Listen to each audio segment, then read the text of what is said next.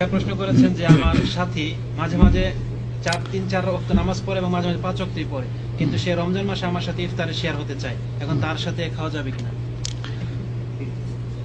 খাওয়া যাবে, তবে দেখেন বেনামাজির সাথে না খাওয়াই ভালো, কারণ এই ক্ষেত্রে আপনার ঈমান দুর্বল করে দেবে।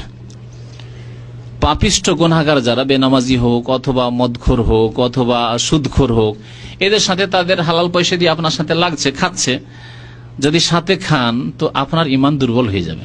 ওই রকমই যেমন আপনি যদি আগুনের পাশে বসে থাকেন, শীতকালে আমাদের দেশে আগুন তাপতে গিয়ে কত লোকের যে কাপড় চোপড় কি শরীর পর্যন্ত পুড়েছে, অনেক ছেলে মেয়েরা আমাদের দেশে জ্বলে যায়, পুড়ে যায় ওই শীতকালে আগুন তাপতে গিয়ে।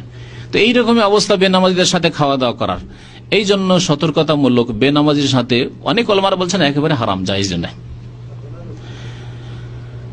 আর যদি দাওয়াত দেওয়ার উদ্দেশ্য থাকে, যায় লোকটা আশা করা যাচ্ছে যে এর সাথে যদি খায় কিছুদিন তাহলে হয়তো আকৃষ্ট করে নিতে পারবো, আকৃষ্ট হয়ে যাব, নয় তার দিকে আকৃষ্ট করে নিতে পারবো, মানে তাকে নামাজি বানিয়ে নিতে পারবো, এই যদি আশা থাকে, এই আশা নিয়ে কিছুদিন যদি তার সাথে খাওয়া দাওয়া করেন তো আমার মনে হয় করা যেতে পারে। কিন্তু এমন না হয় যে তার সাথে খেতে গিয়ে এখন আপনি ফজরে যাচ্ছেন, ওটা বাদ গেল। তার সাথে খাবার দাবার একসাথে খেতে গিয়ে ও বলছে আরে তুমি নামাজ পড়তে যাবে, অনেকটা লেট হয়ে যাবে, এখন শাকটা চাপিয়ে দাও, বাসায় নামাজ পড়ে না, বাসায় শুরু করলে জোর পড়া, হ্যাঁ কিছুদিন পরে নামাজ ছাড়া শুরু করলেন। আর এইরকম অনেক সাধারণ মুসলমানদের অবস্থা, নামাজিদের অবস্থা হচ্ছে বেনামাজির সাথে থেকে বেনামাজি হয়ে যাচ্ছে। আগে ছিল নামাজি, বেনামাজির সাথে থেকে বেনামাজি হচ্ছে। অনেক নামাজি ঘরের মেয়ে বেনামাজির বাড়িতে বিয়ে হয়ে বেনামাজি হয়ে গেছে। এরকম পড়াশোনা মাদ্রাসা পড়া মেয়ে বেনামাজি হয়ে গেছে, এরকম আমার কাছে নজির আছে।